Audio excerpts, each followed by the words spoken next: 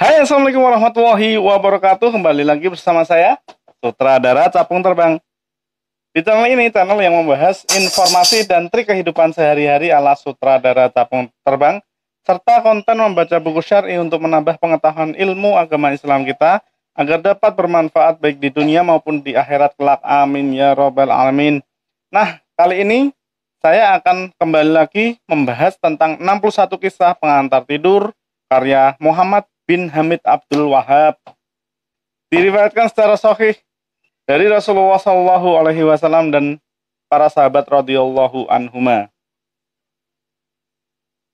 Nah, teman-teman, jangan lupa dukung channel ini dengan cara like, comment, subscribe, dan share video ini agar bermanfaat juga untuk orang lain.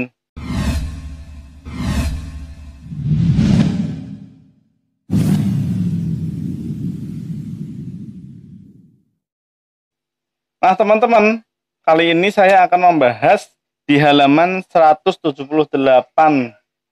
Keadaan mayit setelah dikuburkan. Dari Abu Hurairah radhiyallahu anhu bahwa Rasulullah shallallahu alaihi wasallam bersabda, sesungguhnya apabila mayit telah dikuburkan, dia mendengar derap alas kaki orang yang mengantarkannya ketika kembali untuk pulang dari tempat pemakaman. Jika dia seorang mukmin, maka ibadah sholat akan berada di kepalanya, puasa berada di samping kanannya, zakat di sebelah kirinya. Sementara seluruh perbuatan baiknya seperti sedekah, silaturahmi, amalan yang ma'ruf, dan perilaku ihsannya kepada manusia berada di kedua kakinya. Lantas, ia didatangi dari arah kepalanya, sehingga amalan salat berkata, tidak ada tempat dari arahku, atau untuk mengganggu orang ini. Dia juga didatangi dari sebelah kanan, sehingga amalan puasanya berkata, tidak ada tempat dari arahku, untuk mengganggu orang ini.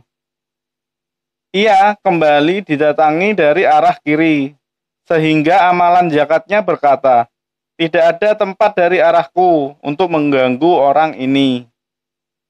Kemudian, ia didatangi dari arah kedua kakinya, sehingga segala perbuatan yang baik seperti sedekah, silaturahmi, amalan yang ma'ruf, dan perlakuan kepada manusia berkata, tidak ada tempat dari arahku untuk mengganggu orang ini.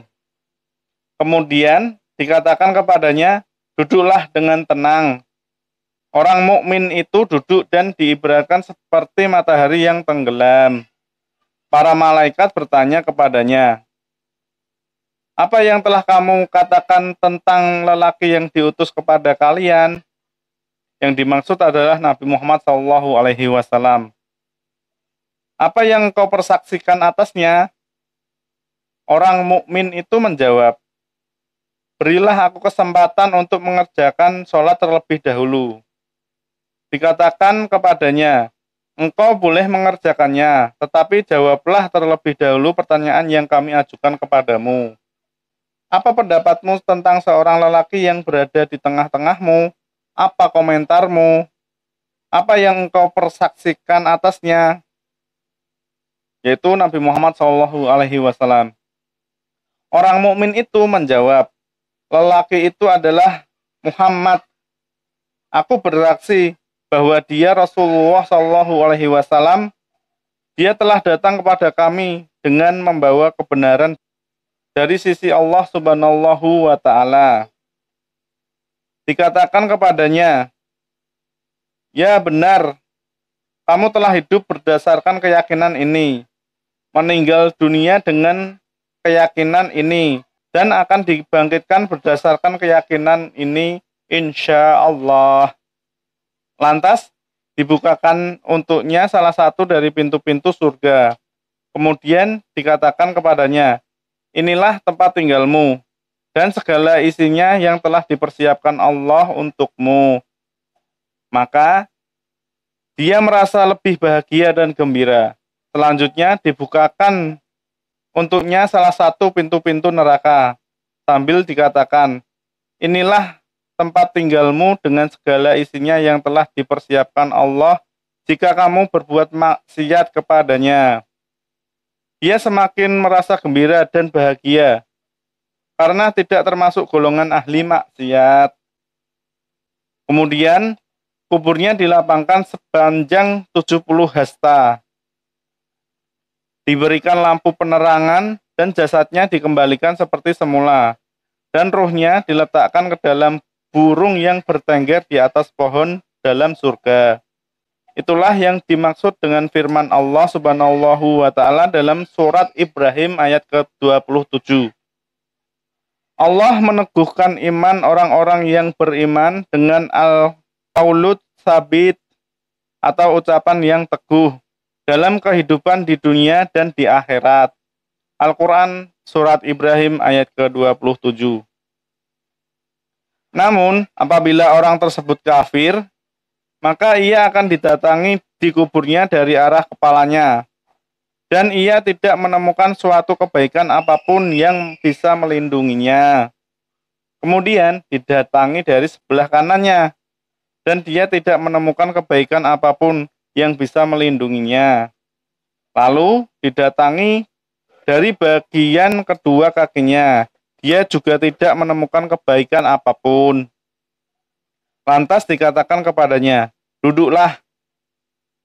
Kemudian ia duduk dengan perasaan takut dan gelisah. Lalu ditanyakan kepadanya, apa yang dulu kamu katakan tentang laki-laki yang berada di tengah-tengah kalian itu? Tapi dia tidak ingat nama beliau, maka dikatakan kepadanya, orang tersebut adalah Muhammad Shallallahu Alaihi Wasallam. Orang kafir itu menjawab, aku tidak tahu. Memang aku dulu mendengar orang-orang telah mengatakan sesuatu, sehingga aku ikut-ikutan mengatakan apa yang mereka katakan. Maka dikatakan kepadanya, berdasarkan ketidaktahuan atau keraguan inilah kamu telah menjalani hidup, dan berdasarkan keraguan inilah kamu mati. Serta berdasarkan keraguan inilah kamu akan dibangkitkan dari kubur, insya Allah. Kemudian dibukakan untuknya salah satu pintu-pintu neraka dan dikatakan kepadanya, inilah tempat tinggalmu di neraka dan segala isinya yang telah dipersiapkan Allah untukmu. Dan dia merasa lebih rugi dan menyesal. Kemudian dibukakan untuknya salah satu pintu-pintu surga dan dikatakan kepadanya, inilah tempat tinggalmu di surga jika kamu taat kepada Allah. Maka ia semakin rugi dan menyesal karena tidak termasuk ahli yang taat.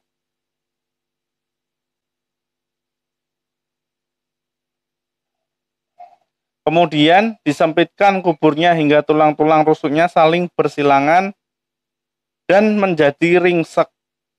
Itulah kehidupan sempit sebagaimana yang dimaksud dalam firman Allah Subhanahu wa taala, dan barang siapa berpaling dari peringatanku, maka sesungguhnya baginya kehidupan yang sempit. Al-Quran surat Toha ayat 124. Diriwayatkan oleh Ibnu Hibban nomor 777, Mawarid Al-Hakim jilid 1 halaman 379. Nah, seperti itu teman-teman. Semoga apa yang kita bahas kali ini dapat bermanfaat untuk saya pribadi khususnya dan umumnya untuk bagi teman-teman sekalian yang mendengarkan atau menonton channel ini. Semoga apa yang kita pelajari kali ini dapat bermanfaat baik di dunia maupun di akhirat. Jika ada kesalahan itu murni dari saya memohon maaf. Jika ada kebenaran itu dari Allah Subhanahu wa taala, Allah dan Rasulnya terbebas dari kesalahan. Akhirul kalam, subhanakallahumma wa bihamdika asyhadu alla ilaha illa anta astaghfiruka wa atubu ilaik. Assalamualaikum warahmatullahi wabarakatuh.